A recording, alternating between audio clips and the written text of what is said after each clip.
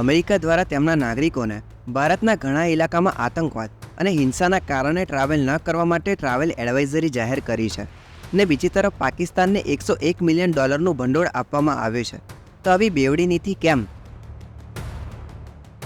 અને બીજી તરફ અમેરિકામાં સરકાર બદલવાની સંભાવનાઓ ખૂબ વધી ચૂકી છે અને હાલ તે ગેરકાયદેસર આવતા માઇગ્રન્ટ્સને બેફામ રીતે ઘૂસવા દેવામાં આવે છે.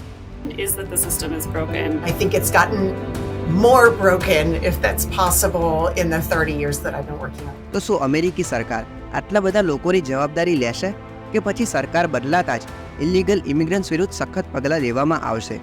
આવા જ મુદ્દાઓ પર આજે આપણે ચર્ચા કરીશું.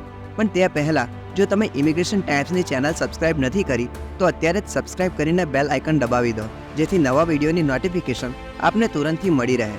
તો હવે આપણે વાત કરીએ અમેરિકાની ટ્રાવેલ એડવાઇઝરીની, કે જેમાં યુએસ ડિપાર્ટમેન્ટ ઓફ સ્ટેટ દ્વારા તેમના નાગરિકોને જમ્મુ કાશ્મીર સહિત ભારતના ઘણા બધા રાજ્યોમાં આવેલ અમુક ઇલાકામાં ટ્રાવેલ ન કરવા જણાવવામાં આવ્યું છે અને તેમને આવું કરવા માટે કારણ એમ જણાવ્યું છે કે અહીંયા આતંકવાદ, હિંસા, ગુનાહિત ગતિવિધિ અને નક્સલવાદ જેવી ઘટનાઓ બને છે, તેથી સુરક્ષા કારણોસર ત્યાં સફર ન કરવો જોઈએ. ને બીજી તરફ પાકિસ્તાન, કે જે ખુલ્લેઆમ આતંકીઓનો અડ્ડો છે, તેને $101 મિલિયન ભંડોળ આપ્યું છે. અમેરિકાની આવી બેવડી નીતિ કેમ? અમેરિકાનું આવું કરવા પાછળનું એક જ કારણ છે કે અમેરિકા પોતાને મહાસત્તા માને છે અને તે છે પણ, પરંતુ અમેરિકા ઈચ્છે છે કે દરેક દેશ તેમના કહ્યા પ્રમાણે તેમના આદેશોનું પાલન કરે. પણ થોડા સમય પહેલાં જ આપણા પ્રધાનમંત્રી શ્રી નરેન્દ્રભાઈ મોદી રશિયા પ્રવાસે ગયા હતા અને તેના કારણે કહેવાય ને કે અમેરિકાને મરચા લાગ્યા છે અને તે જ કારણે અમેરિકાએ ડિપ્લોમેસી કરવા આવી ટ્રાવેલ એડવાઇઝરી જાહેર કરી છે.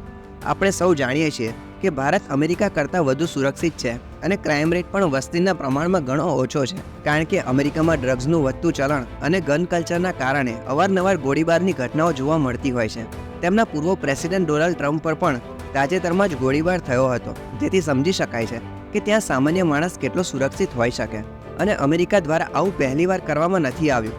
ઘણીવાર આડકતરી રીતે અમેરિકાએ પાકિસ્તાનને ભંડોળ આપ્યું છે, તે જાણવા છતાં કે અહીંયા આતંકીઓને તૈયાર કરવામાં આવે છે. ભારતના એક્સટર્નલ અફેર્સ મિનિસ્ટ્રીના પ્રવક્તા દ્વારા પણ કહેવામાં આવ્યું છે કે ટ્રાવેલ એડવાઇઝરી એક રૂટીન પ્રક્રિયા છે અને આ કોઈ મોટો મુદ્દો નથી. कादम्बरी आपका सवाल ट्रैवल एडवाइज़री को लेके ट्रैवल एडवाइज़री एक रूटीन मैटर है जो हर देश जो चाहे वो उसको इशू करते हैं. हम लोगों ने भी ट्रैवल एडवाइज़री इशू की है, तो हम लोग इसको एक रूटीन मैटर की नज़र से देखते हैं. પણ એક મોટો મુદ્દો એ જરૂર છે કે અમેરિકામાં ઇલીગલ માઇગ્રન્ટ્સને બેફામ રીતે ઘૂસવા દેવામાં આવે છે. કોઈ રીતની રોકટોક નથી અને પ્રશાસન પણ કંઈ કરી રહ્યું નથી. આ વાત અમેરિકા જવા ઈચ્છતા લોકોને સારી લાગશે, પણ ઇલીગલ ઇમિગ્રન્ટ્સનો આટલો ધસારો જોતા આભાસ થાય છે કે આ વાત ખુશ થવા જેવી નથી.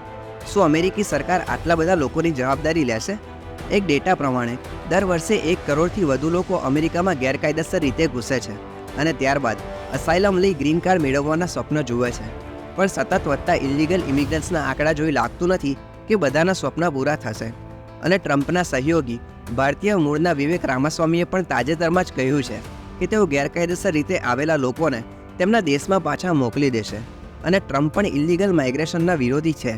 તો એવી ખૂબ સંભાવનાઓ છે કે જો સરકાર બદલાશે અને ટ્રમ્પ સત્તામાં આવશે તો ગેરકાયદેસર આવેલ લોકો પર મોટી તવાઈ બોલાવવામાં આવે અને તેમને પાછા તેમના દેશમાં ડિપોર્ટ કરવામાં આવે. અને જેમને પોતાના પાસપોર્ટ ફેંકી દીધા છે અને કયા દેશના છે તે જાણવું શક્ય ન હોય તો તેવા લોકોને યુકે જેમ રવાંડા મોકલે છે, તેવી જ કોઈ વ્યવસ્થા અમેરિકા દ્વારા પણ કરવામાં આવી શકે છે. ભવિષ્યમાં અમેરિકા આવી જ બેવડી નીતિ રાખે છે કે નહીં? ઇલીગલ ઇમિગ્રેશન પર શું પગલાં લેવાય છે અને નવી સરકાર કોની બને છે તે જોવાનું રહેશે. આવી જ દુનિયાના દરેક દેશની વિઝા સંબંધિત સચોટ માહિતી માટે વાંચતા રહો ઇમિગ્રેશન ટાઈમ્સ.